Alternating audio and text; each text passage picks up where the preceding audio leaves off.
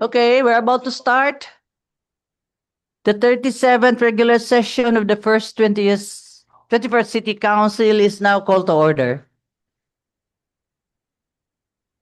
Invocation by Honorable Councilor Des Dahino, followed by singing Lupang Hinirang and the Cagayan de Oro March. Please rise. Let us be reminded that we are in the holy presence of our God, in the name of the Father, the Son, the Holy Spirit. Lord, before we begin today's session, we thank you for giving us another day, another opportunity. Some of here came energized, happy. Some are tired, pressured. Some are worried about work, family, and other responsibilities waiting outside the room. But despite all of that, we are here still showing up committed, trying to do our best. Lord, give us patience with one another today. Help us speak with kindness even when discussions become heated. Help us listen with understanding and not just with the intention to reply. Remind us that behind every report, concern, proposal, or decisions are real people and real families affected by what we do. If there is pride in us, humble us. If there is discouragement in us, strengthen us. If there is tension among us, soften our hearts and help us choose wisdom over emotions. Lord, for those who are silently struggling today, mentally, emotionally, physically, or spiritually, please give them peace and endurance. Lord, may this session not just be productive, but meaningful. May we leave this room not only accomplished, but remind why service, leadership, and integrity matter. Guide our minds, our words, and our decision today, Lord. In Jesus we pray. Amen.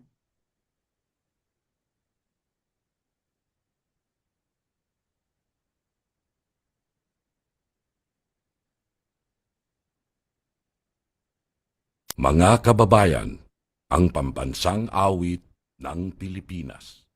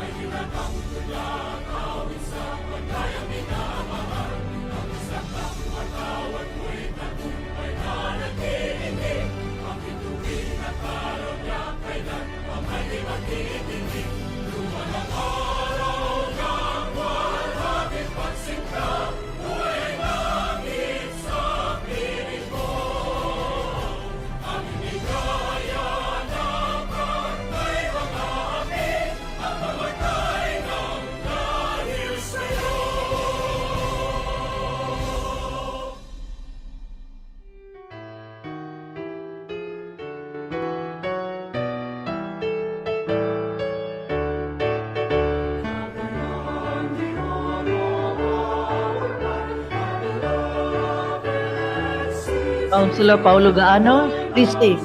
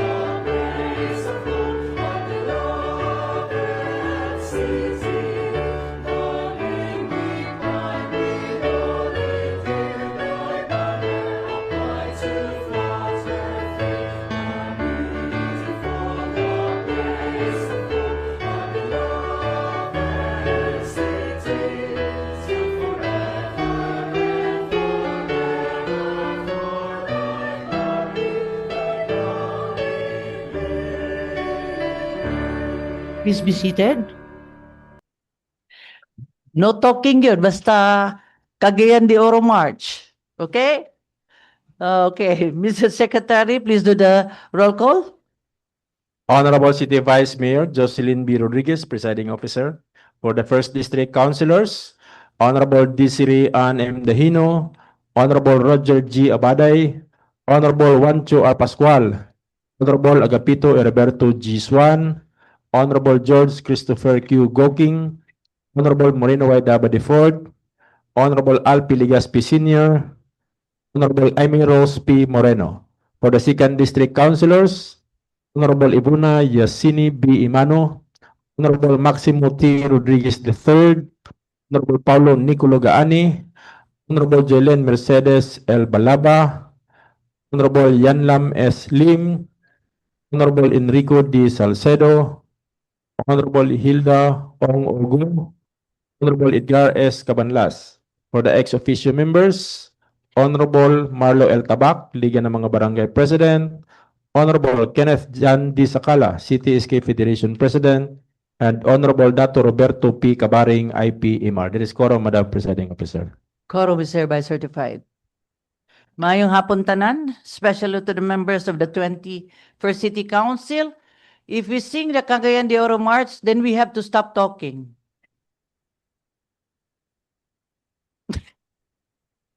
Walay manulong. Basta kay Cagayan de Oro March, everybody has to stand and sing. Okay? Then stop talking. Okay. So, may hapon sa tanan, of course, our friends from media who are here, those who are watching us via live stream, and our guests who are here today, Mr. Secretary, mayong hapon kanimo, and the Sangguniang staffs who are here right now. So, mayong hapon. So, it's grabe kainit, di ba? Grabe gid kainit. Especially in the afternoon, noon time, 11 o'clock. Grabe. Anyway, let us proceed. You know what, Counselor, I always attend the flag ceremony if I feel good, always, every Monday. So I would like to thank my duty floor leader, Attorney Edgar Cabanlas. Siya rin pirmi ako mauban. Sa kada Monday, except for the first Monday of the month, nga mo attend gid pirmi sa flag ceremony. I hope you have also have the time. Bisag di lang mo magdungan, sa tagsa lang, duha, tulo, may na lang. Di ba? So hopefully that you can join us with the Majority Floor Leader, and thank you very much, Majority Floor Leader, for the presence. Kaya barag ako ra magid usa. Without you, I'm only the only one attending the flag ceremony. Thank you very much. Yes, you have the floor now. The kind words and compliments our ever beautiful Vice Mayor Bibot Rodriguez. Ikaw, Vice Mayor, murag kadagan ng panahon, gadugang imong matahon. Ito. Basig na blurred lang na mo mata. Ito. Murag wala kay stress. Dili, that is the part of life. Na stress, leave it at work. When you go home, then you sleep well, nothing to think about. Mo gina sekreto sa. Sa imong gabatiw, imong gi-express. Yes. Oh. Sabaan kayo. Thank you for the Iron Lady of the City Council.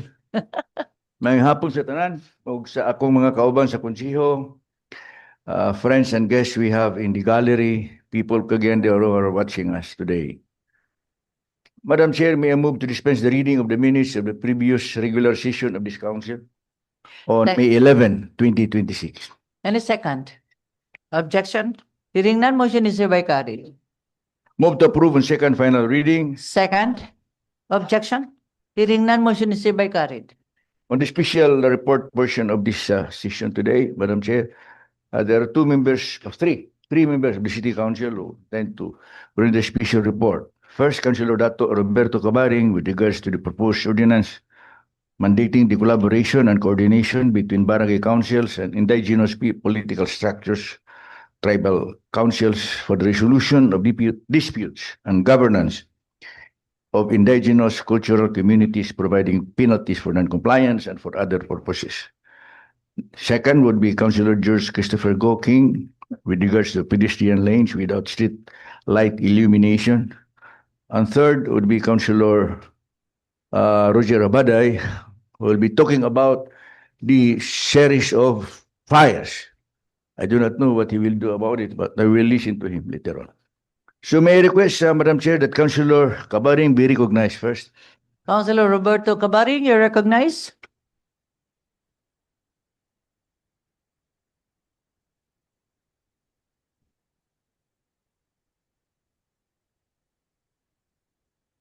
Maayong hapon, Madam Chair. Nga po, Atong maalamon o tinamud food nga sakop sa konsiho sa Dakbayan sa Cagayan de Oro. Pinangunahan sa atong Majority Floor Leader Attorney Edgar Cabanlas.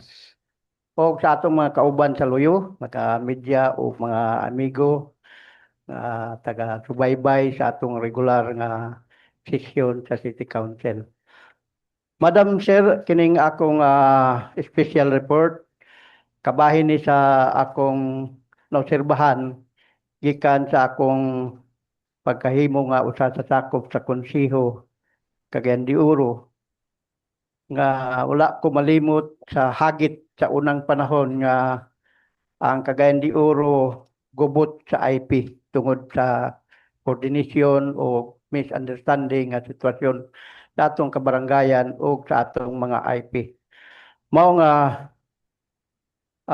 ani ako'y propose sa ordinansa kuno galing mauyunan kini sa atong sakop sa konsiho mga kauban labi na gyud sa 17 ka barangay IP barangay nga nag-una nga dunay na recognize sa NCIP nga mga ICC IPs nga community.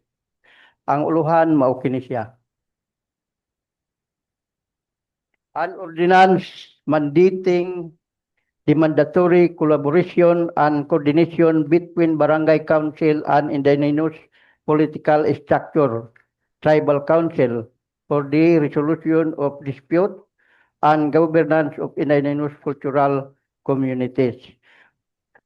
Tungod niini natay mga bisis niini sa niaging mga panagtagbo dinhi labi na sa Palalan Tablon o sa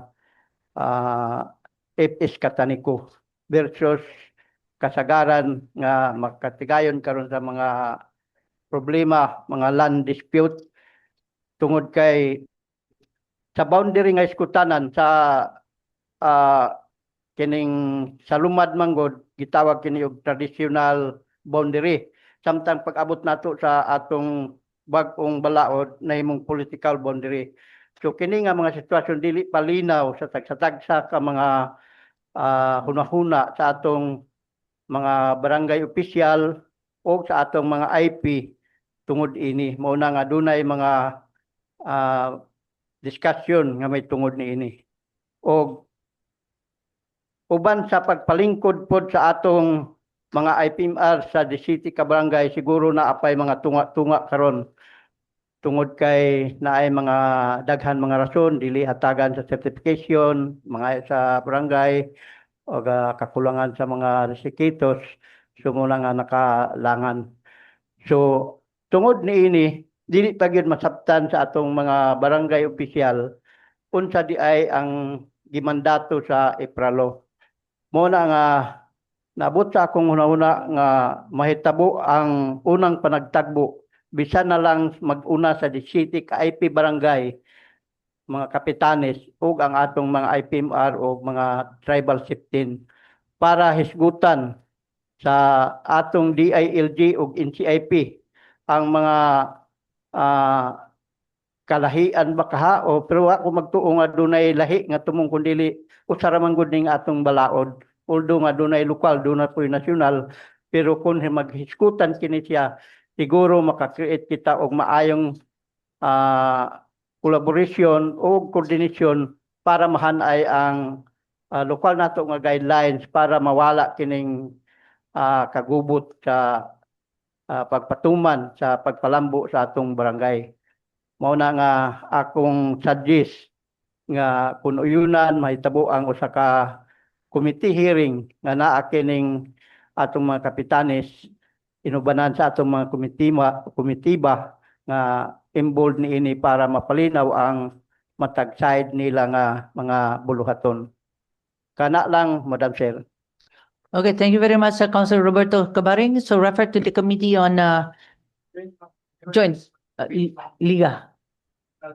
Okay, ang Committee Affairs kinsa may ko. Okay, tabak. And Culture, yeah. Okay. Two committees. Okay, thank you very much. So our next speaker is Councilor Chris Goking. You have the floor. Miss Presiding Officer and all members of this council, I prepared a presentation. I would like to raise a public safety concern involving faded and poorly illuminated pedestrian lanes in many parts of the city. Though what I documented is certainly siguro kulang pa ni sa actual good nga na mga problema sa syudad. But I hope this special report will raise enough awareness for the RTA or a TWG, which shall involve the city engineering to cover this matter and survey the city for other pedestrian lanes that would require government action. So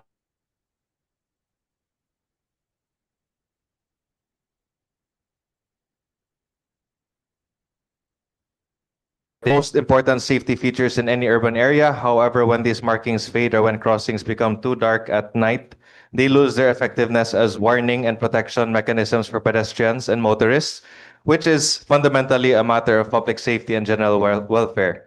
From my experience, driving along dark highways, usahay ang makita kay headlights sa uban sakyanan nga gapaingon sa koa o matabunan sa kasilaw ang mga tao nga katabok sa dalan. Usahay sa pedestrian lane la ang makita o kaihaan na nga dool na kaayo mga tao nga naday tao katabok. Ug usahay pod naay pedestrian lane og naay katabok per dili makita ang tao og ang lane tungod kay ngit-ngit or faded kanang halap na siya ang pintal. So, of course, we're here to propose solutions. What I see nga pwede nato ma-explore is mandatory periodic repainting for every fixed interval or whenever visibility falls below prescribed standard sa pedestrian lane paint, use of reflective or thermoplastic paint for higher nighttime visibility and durability to address the concern nga naay pedestrian per dili makita, or designing specific orientations of street lights to illuminate pedestrian lanes without causing unnecessary obstructions. Kay Merg na bring up naman ni siya sa RTA kinadtong instead nga magbutang og kanang bitang gatabok bitaw sa pedestrian lane sa ibabaw, kay instead you put a street light nga tilted ang iyang access para ma-cover lugar ang gatabok, masilawan sila. Producing prioritized safety zones for enhanced crossings, so Tagalog extra nga emphasis ang infrastructure for pedestrian lanes for schools, markets, churches, hospitals, terminals, barangay halls, and other high foot traffic areas, o mag-produce po og minimum illumination standards. For example, kung magbutang mo itag street lights, dapat na siya minimum specification, also an option for solar-powered lighting, reflective studs, blinkers for priority zones, nga nagyapon sa US, basta na ay school zone or na ay school bus nga mohunong, kay na blinkers, nga magpahibalo sa tao nga diri nga area is a sensitive zone. Reflective warning signs placed strategically. Kay naaman puy usahay na yung mga barricades bitaw sa mga secondary roads like sa gawas sa Corpus Christi sa Xavier Heights. Naalagi yellow barricade, napoy katong orange nga barricade per tungod dili makitaan, mabanggaan gyapon. So then again, nababanggaan na sila, basing it would cause a lot of traffic and avoidable unta nga mga accidents. And maybe also propose annual or quarterly safety audits to map high-risk crossing areas, inspect faded lines, identify dark zones, and submit compliance reports. Also, maybe we can propose rapid maintenance response systems, which will allow citizens or barangays to report two things: faded markings, busted street lights, problematic warning signs, that's four things, through an official medium, whether a hotline, email, or Dropbox. Tungod kay dili mo sa tanan nga gusto mo reklamo na ay gadgets or na access sa internet. Then, if we can coordinate with the City Engineering Office, RTA, barangays, COCPO, DPWH, for national roads, and other relevant offices, and if needed, manggani nga, putang nato nga maglisod manggani ang LGU, if we can produce a recommendation to DPWH to properly address this matter. Kay accidents and incidents on the road causes avoidable loss of lives, livelihood, damage to economic productivity and mobility, and better pedestrian infrastructure would improve mobile traffic, business confidence, tourism, accessibility, and overall urban order. Just as every idle moment on the road counts for logistics and transport companies, every second that this matter remains unaddressed costs lives, opportunities, and productivity.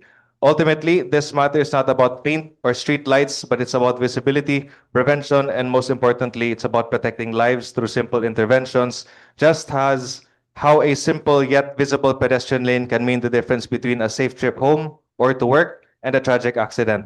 So hopefully we can conduct a meeting, and I'd like to be part of this if it's through an ordinance or kung sa mga measures kay representing pod trade and commerce. I'd like to improve pod our road systems and safety regapon kay this will affect us in all spheres of our life. Daghang salamat. Thank you very much. So, refer to the Committee on Engineering Infra, Public Utilities. Okay, the two, Infra and Public Utilities. Okay, thank you very much. Any comment? None? So let's proceed. Councilor Roger Abada, you have the floor. Thank you very much, Honorable Presiding Officer, Vice Mayor Jocelyn B. Rodriguez, my esteemed colleagues and 21st City Council, and those people who are watching us today physically and live stream. Maayong hapon kaninyong tanan. Now, this representation expresses depth concern over the recent series of fire incidents in various areas in Cagayan de Oro, particularly in Barangay Puntod, Lapasang, Patag, Carmen, Balulang, Kamamanan, and recently in RAR Drive Subdivision, Kaswagan, which have displaced hundreds of families. Initial findings from Bureau of Fire Protection Office indicates that several incidents were allegedly caused by children playing with matches and lighters, while other contributing factors include illegal electrical connections, faulty wirings, butane canister explosion, and extreme heat condition. Pursuant to Republic Act number 10121, the Philippine Disaster Risk Reduction Management, DRRM, and Republic Act number 9514, the revised Fire Code of the Philippines, the local government units are mandated to strengthen disaster preparedness, fire prevention, and community-based safety programs. Likewise, relevant Department of Interior and local government memorandum circulars directs LGUs, including barangay, to institutionalize regular fire drills, establish functional emergency response system, and intensify public awareness campaigns on fire safety and prevention.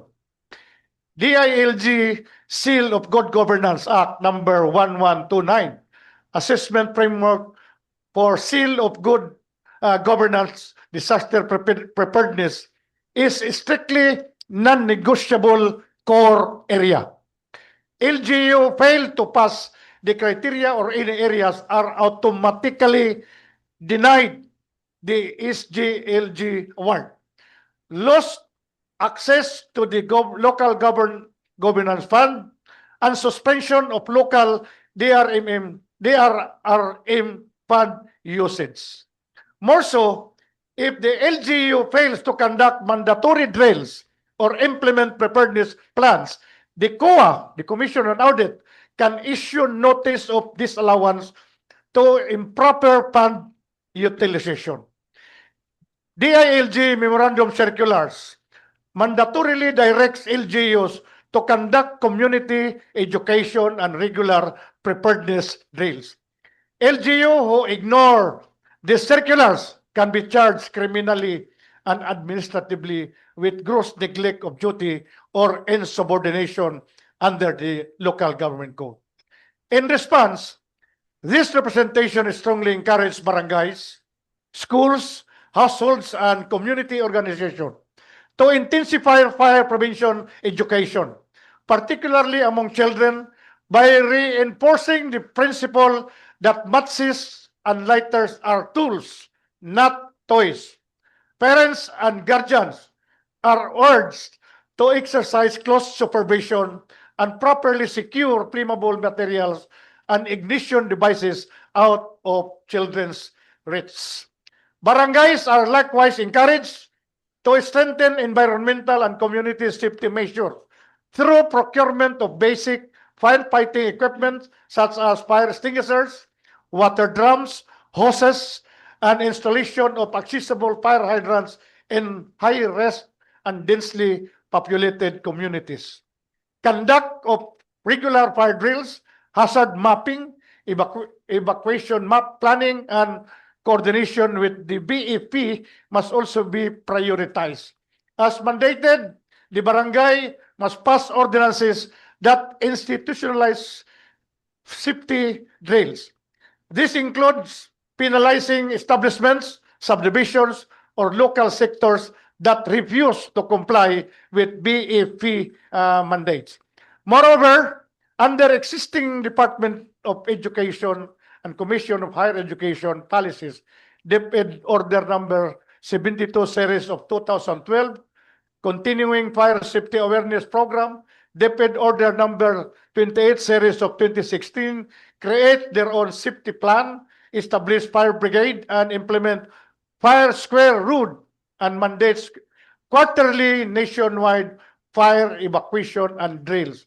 DepEd Order Number 53 Series of 2022, schools are even directed to conduct unannounced fire drills to test the authentic readiness of students and staff.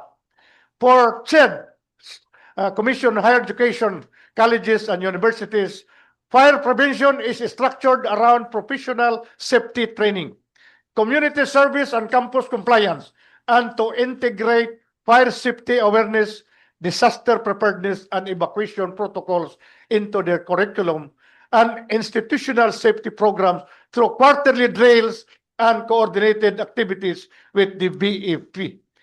This representation further calls on the public to immediately report illegal electrical connection, unattended open flames, and other fire hazards to the concerned authorities. Fire prevention is a shared responsibility, and with the present heat condition and the vulnerability of communities composed of light materials, vigilance and preparedness remain crucial in preventing further tragedies. Aside from my committee, this representation will furnish copies to this report to the Committee on Barangay Affairs, Committee on Education, or any related committee for the reference in reaching out their respective institution agencies are compliant with the existing aforementioned mandates. Thank you very much, and God bless us all.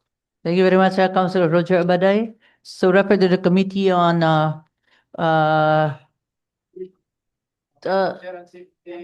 Liga ng Barangay, Councilor Marlo Tabak, Public Safety, Councilor Roger Abaday, and Education, Councilor Jing Daba. So the three committees. Kisaan disaster climate change. Councilor Paulo Gaani. 4 committees. Okay. So thank you very much. Let us proceed for the agenda of the day. Councilor Majority Floor Leader, Attorney Edgar Cabanlas. Thank you very much, Madam Chair. So we proceed to our agenda proper. Item number 1, proposed resolution number 2026-334, adopting the order of the Committee on Ethics and Blue Ribbon on BR case number 2026-08, entitled Concerned Citizen Complainant versus Honorable Noel Che Guevara, Barangay Kagawad, Barangay Bugo, respondent for passive violation of the Anti-Graft and Corrupt Practices Act, dismissing the said case for lack of jurisdiction. I move for the approval of this ordinance or this resolution. Any second? Objection? Hearing none, motion is hereby carried. Move to approve on second final reading. Second. Objection. Hearing none, motion is hereby carried. Turks, item 2. Item number 2 is proposed ordinance number 2026-259, authorizing the city accountant, the city, to charge the sum of 2,135,650 pesos and 90 centavos to the item maintenance and other operating expenses, drugs and medicines expenses under the Cagayan de Oro City Hospital Lumbia, GR Borja General Hospital Annex, this city in the 2026 annual budget to cover payment of prior year's account of drugs and medicines with the SD Sabihon Distribution under purchase request number 23-3232, notice of award and notice to proceed dated September 11, 2023, April 12, 2024, and June 28, 2024, respectively. Madam Chair, may I request Councilor Paulo Gani be recognized? Councilor Paulo Gaani, you recognize? May nga po, Madam Chair. Madam Chair, regarding this item, I already consolidated with our majority floor. I would like to move to defer to the Committee on Health, Madam Chair. There is no report yet from the Committee on Health, Madam Chair, so Okay. there is a need for us to refer this Defer. first. So deferred. Okay, okay. So there is this deferment. Any second objection? Hearing none, motion is hereby carried. Move to approve on second, no more, deferment. Item 3, proposed ordinance number 2026-260, authorizing the city accountant, the city to charge a sum of 1,188,000 pesos to the item non-office general public services rent expenses, COMELEC, in the 2026 annual budget to cover payment of the unpaid monthly rental of the COMELEC office second district at the rate of 33,000 pesos per month, covering the period January 2022 to December 2024. May I request Councilor Yan Lamlim be recognized? Councilor Yan Lamlim, you recognize?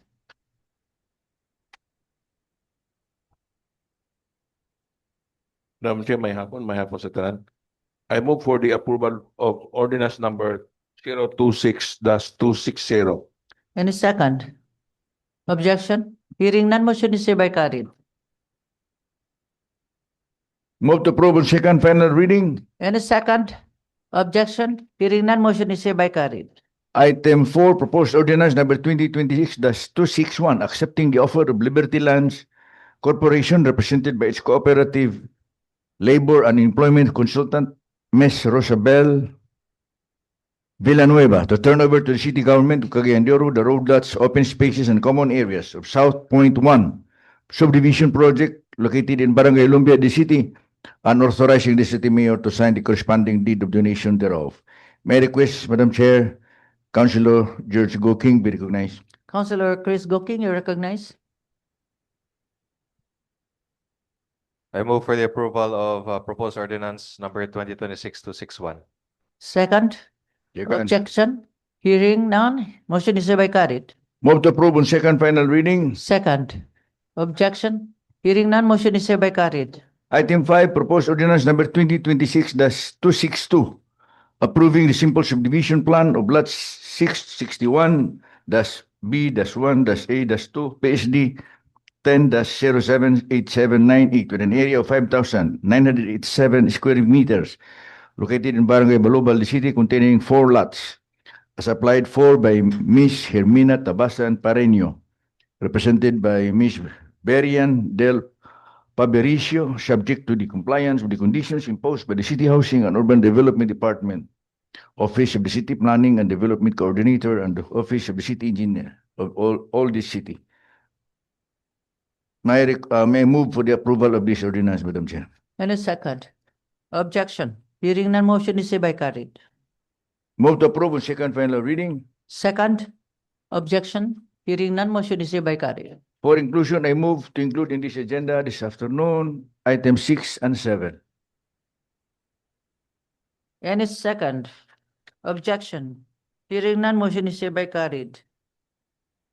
Item 6, proposed resolution number 2026-335, approving the supplemental annual investment program number 2 for fiscal year 2026 of the city government of Cagayan de Oro, consisting of priority programs, projects, and activities amounting to 319,754,000 pesos.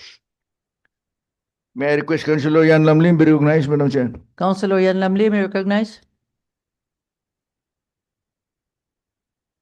I move for the approval of resolution number 2026-335. Any second? Second. Objection? Hearing none, motion is hereby carried. Move to approve on second final reading. Second? Objection? Hearing none, motion is hereby carried. Item 7, proposed resolution number 2026-336, electing Councilor Moreno Y. Daba IV as chairperson of the City Council Committee on Games and Amusement. Move for its approval, Madam Chair. Any second? Objection? Objection. Hearing none, motion is hereby carried. Move to approve on second final reading. Second. Objection. Hearing none, motion is hereby carried. There being no other matters to take up, Madam Chair, move for. Privilege speech, Councilor Moreno Daba.